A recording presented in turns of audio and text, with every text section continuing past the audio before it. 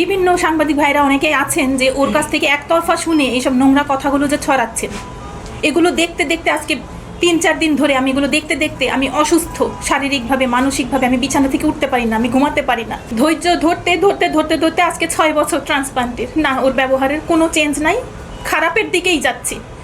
সারাদিন সে মোবাইল নিয়ে থাকতো। ট্রান্সপ্লান্টের পর থেকে অতিরিক্ত মাত্রায় মোবাইল আসক্ত। মোবাইলে থাকতে থাকতে সে অনলাইন জুয়ায় আসক্ত হয়ে গেছে। আমি এগুলো কিছুই টের পেয়েছিলাম না, অনেক পরে টের পেয়েছি। এবং সে এক পর্যায়ে শ্যামলীতে মেডিসিন আনতে গিয়ে এক মহিলার পরকীয়া প্রেমে জড়িয়ে যায়। সেই মহিলার সাথে ওর অনেক আগে থেকেই পরিচয় ছিল, তার নাম তাহমিনা মেরি।